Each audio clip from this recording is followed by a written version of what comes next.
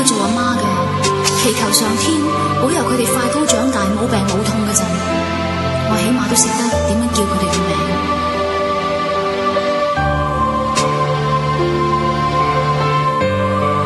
其實我覺得可以成為父母子女呢一種關係，係需要好深厚嘅緣分。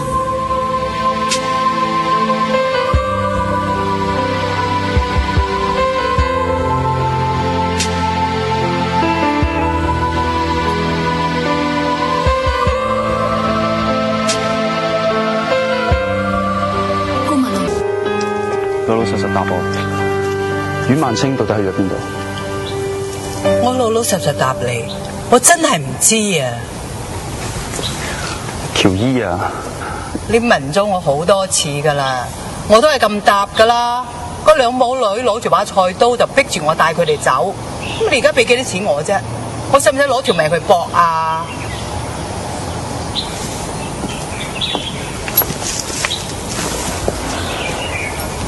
你點解會咁做？你變咗？我老啦，隻手攰，我唔得住個良心。張先生，有封急電啊，係孫家嚟嘅急電啊。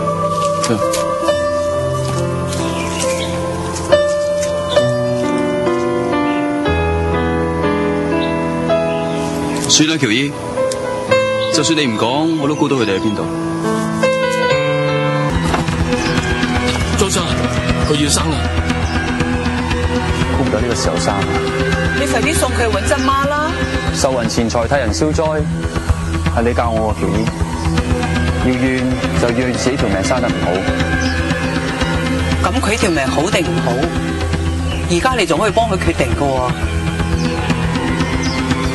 你真係變咗好多，或者我對得佢多過。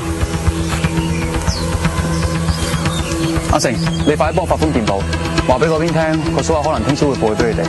係，張生，你兩個睇住間屋先。係。嗰邊吩咐過，個世界要抱走，大嘅唔可以留步頭。